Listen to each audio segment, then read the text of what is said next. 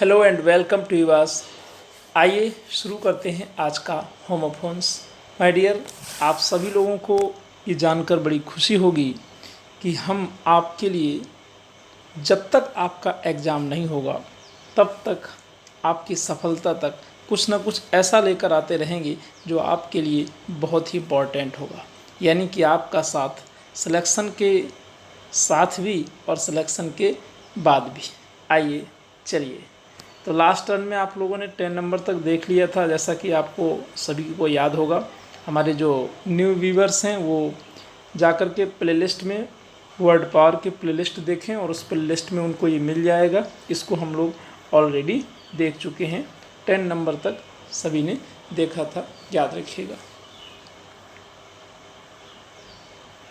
आइए आज हम लोग शुरू करेंगे 11 नंबर से और पहला वर्ड है अमेंड। स्पेलिंग थोड़ा गौर से देखो माय डियर। अमेंड की स्पेलिंग क्या लिखी है इसको देखिएगा। लिखा है AMEND और अमेंड का मीनिंग होता है सुधारना। क्या? अमेंड मीन्स सुधारना। तो क्या सुधारना, इस पॉइंट को आप समझें। अमेंड का मतलब है सुधार करना। जैसे मान लीजिए आपने आंसर दिया और वो गलत हो गया, उसको हमने अमेंड किया। हमारा जो कॉन्स्टिट्यूशन है, संविधान, इसमें भी तो अमेंड किया जाता है, तो इसी से नाउन बन जाता है अमेंडमेंट, सुधार। इमेंड यह भी वर्ब है, किसी साहित्यिक कृति का संशोधन या संपादन करना। जब हम किसी साहित्यिक कृति में कोई सुधार करते हैं तो इसे हम क्या कहते हैं? इसे हम कहते हैं इमेंड, EMEND। नेक्स्ट 12 नंबर में देखेंगे, लिखा है अल्टरनेट। ये एडजेक्टिव है, एक दिन छोड़कर।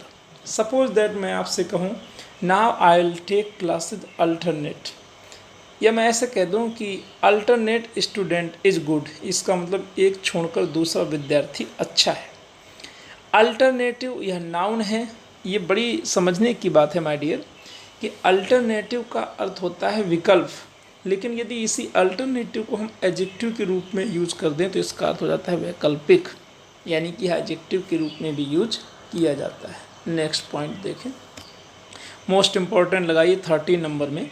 एडवाइस सलाह नाउन है, ADVIC। एडवाइस वर्ब है, सलाह देना, ADVISE। थोड़ा सा आप गौर से देखो, ये बहुत ही बेसिक बात है और इतनी बेसिक बात है कि ऐसे क्वेश्चंस आपके इवन टेट, सुपर टेट में भी पूछ लिए जाते हैं।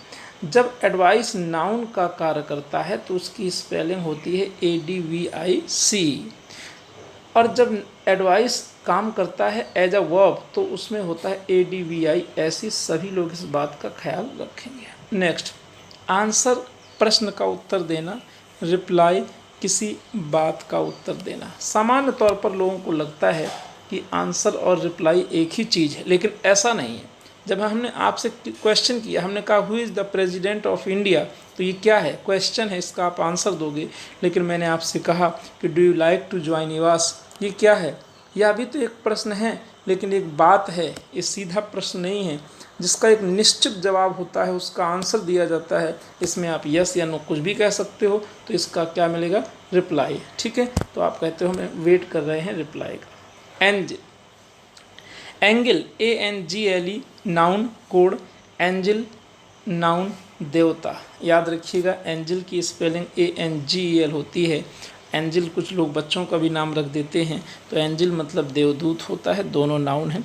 एक्सीडेंट नाउन है, दुर्घटना, और इंसिडेंट घटना। ये वर्ड आप लोग बोला करिए, काफ़ी अच्छा वर्ड है, जो कि कहते हैं इंसिडेंट। इंसिडेंट क्या होती है? सामान्य सी घटना होती है, और एक्सीडेंट बुरी घटना होती है। नेक्स्ट 17 नंबर देखें। अबेटमेंट यह नाउन है, इसका मतलब समापन, कमी, छूट या कटौती। अबेट मतलब होता है कमी करना या कटौती करना, और उसी से बन गया अबेटमेंट यानी कि कटौती। अबेटमेंट का अर्थ हो गया कटौती। दूसरा वर्ड देखेंगे आप, लिखा हुआ है अबेटमेंट, ABETMENT। यह नाउन है और इसका अर्थ होता है उकसाहट या दुष्प्रेरण। अबेटमेंट यानी किसी को उकसाने की क्रिया, और ई लग जाए, ABAT, अबेटमेंट, यह समापन होता है या छूट, याद रखना। एक्सीड, ACCEDE, वैसे इसे सही पढ़ने का क्रम होता है ACCEDE। एक्सीड का ये वर्ब है, स्थान प्राप्त करना या स्वीकार करना। याद रखिएगा, यह स्वीकार करने के सेंस में ज़्यादा यूज किया जाता है।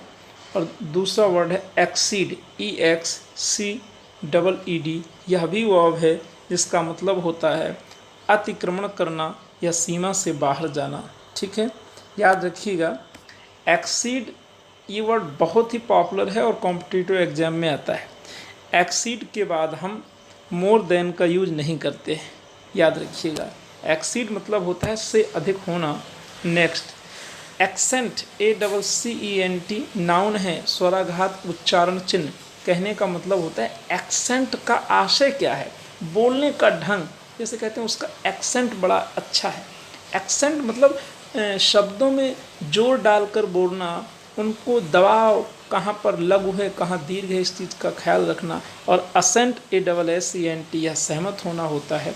याद रखिएगा, एक को अच्छे से याद कर लो माय डियर, असेंट में SS होता है सहमत होना, सहमत होना। नेक्स्ट 20 नंबर, अकम्प्लिश, ACCOMPLISH, यह वर्ब है, पूरा करना, संवारना या निखारना। मैं आपको बहुत काम की बात बताने जा रहा हूँ, अगर इसको याद कर लोगे तो अकम्प्लिश कभी भूलेगा नहीं। देखो, अकम्प्लिश का जो सही अर्थ होता है वह यह होता है कि किसी काम को ढंग से करना।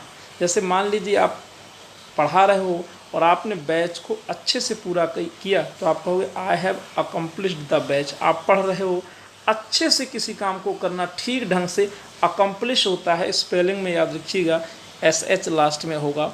और दूसरा जो होमोफोन्स है अकम्प्लिश, ACCOMPLIC, यह नाउन है, सह अपराधी, कोई one who associates in any crime, किसी भी अपराध में साथ देने वाले को हम अकम्प्लिश कहते हैं। स्पेलिंग में लास्ट में क्या होता है LIC। मोस्ट इम्पॉर्टेंट है, ऐसे वर्ड्स ऑप्शन में एक साथ जरूर रखे जाते हैं, इनको पढ़ते रखिएगा, रिवीजन जरूर करते रहिए। और जो भी आपको अच्छा बुरा लगता है उसको कमेंट के माध्यम से हमें अवगत कराते रहिए। अच्छा लगे तो लाइक शेयर करें और कमेंट जरूर करके बताएं। Take care, thank you.